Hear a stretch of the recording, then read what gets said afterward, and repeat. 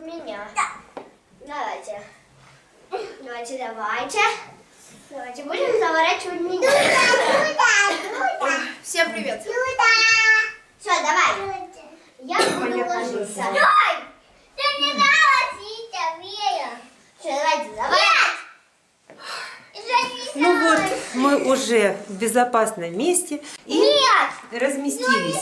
Теперь хоть какой-то процент уверенности появился в завтрашнем дне. Хотя ситуация сейчас меняется очень быстро и как бы все сложно.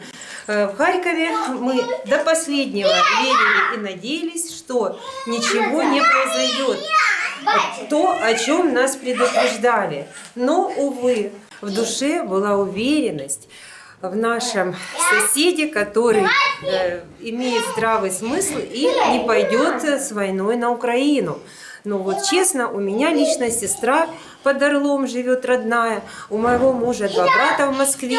И как-то даже не укладывалось в голове, что в 21 веке может вот такой вот терроризм, такая война разыграться. Обстрелы в Харькове. У меня лично мой дом находится на окраине города, как раз со стороны белгородского направления.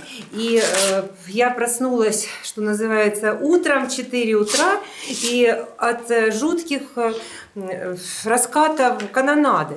То есть это были какие-то нереальные взрывы. Мне казалось, что это происходит возле моих ворот. Я была в шоке, дети начали плакать. Мы хватали, что попадет под руку, важное, садились в машину и убегали. У меня нет погреба в доме, и мне негде было укрываться, но надо было как-то спасать жизни детей. И вот мы спешным образом собрались, хотя было это очень сложно, планировала с утра ехать на работу. Я творческий человек, я люблю красоту, люблю людей, люблю жизни, и я просто, у меня не укладывалось в мое сознание, что такой красивый город, как Харьков, вы себе не представляете, какой он сейчас отстроенный был. 2 прекрасных, чудесных парка, известных на весь мир, появились. Ну, просто жили и радовались. Вот я с вами сейчас, друзья мои, общаюсь на русском языке. И я всегда на русском языке говорила, и меня никто не притеснял. Поэтому за что? За что вот такая ситуация свалилась нам на голову?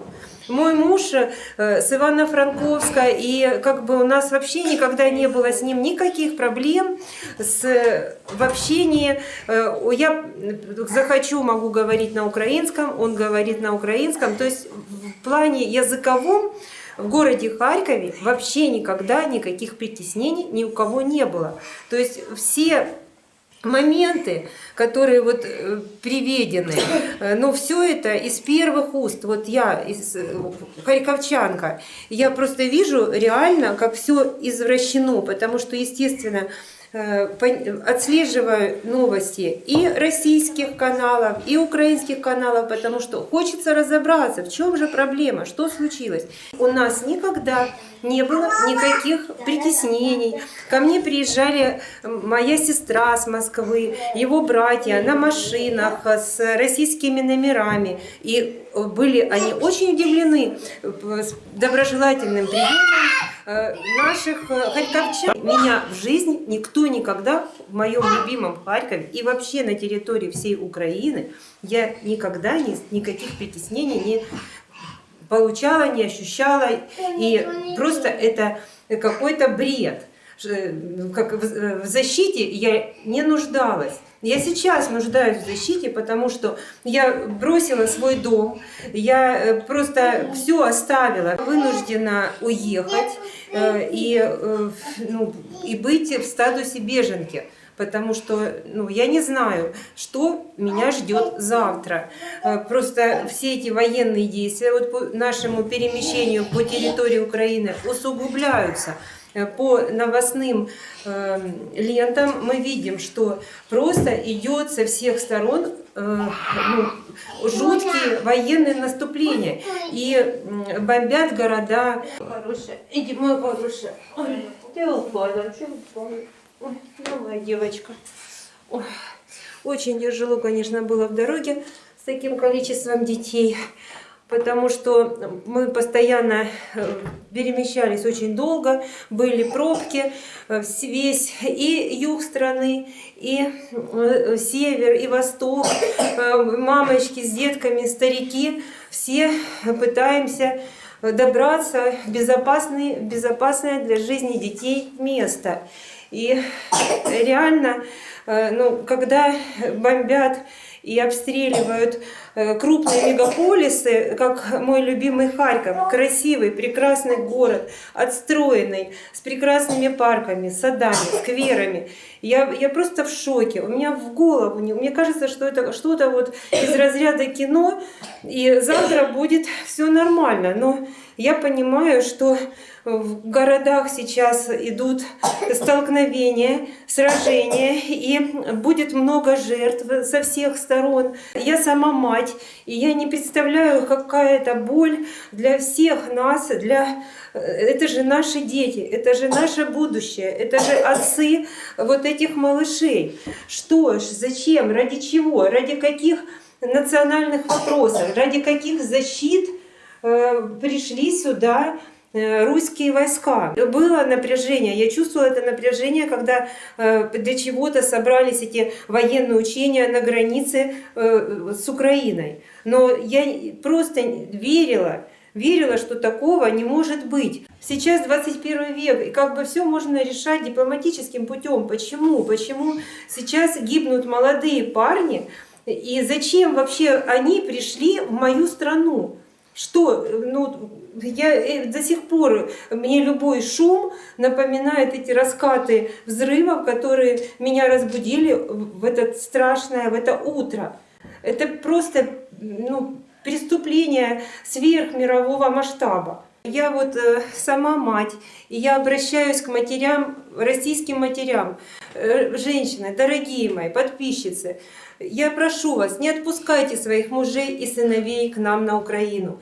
Наши ребята будут отстаивать свою свободу, свою независимость, наш украинский порядок до последней капли крови. Это будет кровопролитие. Оно уже началось, уже льется кровь в мирных наших городах. И это просто кошмар и ужас. Надо все это остановить, эту бойню братьев. У меня два брата моего мужа живут в Москве. У меня мой лично племянник в ноябре вернулся из армии. И слава Богу, что ему не пришлось идти и бомбить свою тетю, так как ему бы приказали, и ему ничего бы не оставалось.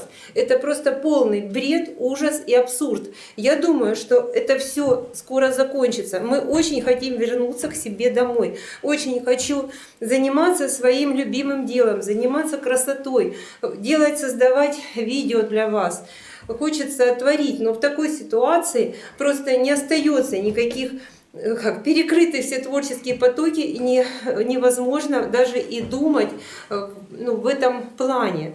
Поэтому сейчас будем обустраиваться, и, конечно же, у меня есть заснятые какие-то в Харькове наработки, заготовки. Я даже привезла с собой швейную машинку, чтобы хоть как-то переключаться на какой-то позитив.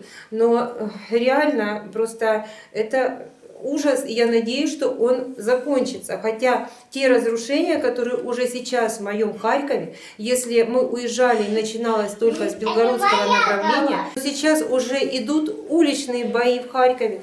Харьков взят в кольцо. То есть это ужасно. Наша оборона, наши мужья будут защищать каждый дом, это наши дома, это наш город, мы будем защищать его, это естественно. И я прошу вас, сделайте все от вас зависящее, отговорите своих детей, мужей, не допустите кровопролития. Поверьте, ваши сыновья и мужья не заслужили такой участи умирать на нашей земле.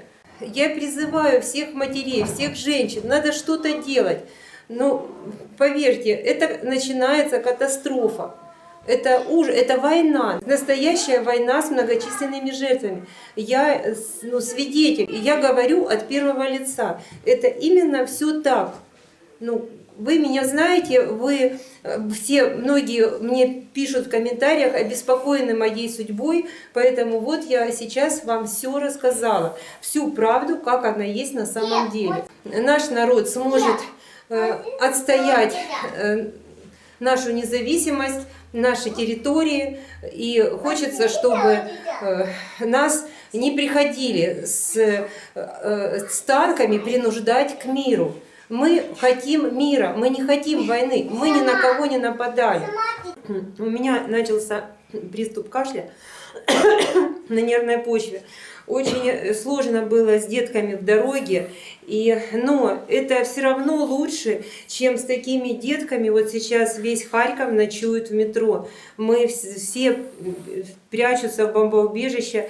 В Харькове сейчас в магазинах и возникли проблемы, сразу столько возникло проблем, и закрыты аптеки, возник продовольственный коллапс, людям нечего есть и пить. Как можно спуститься в бомбоубежище, если у тебя пожилые родители, нетранспортабельные?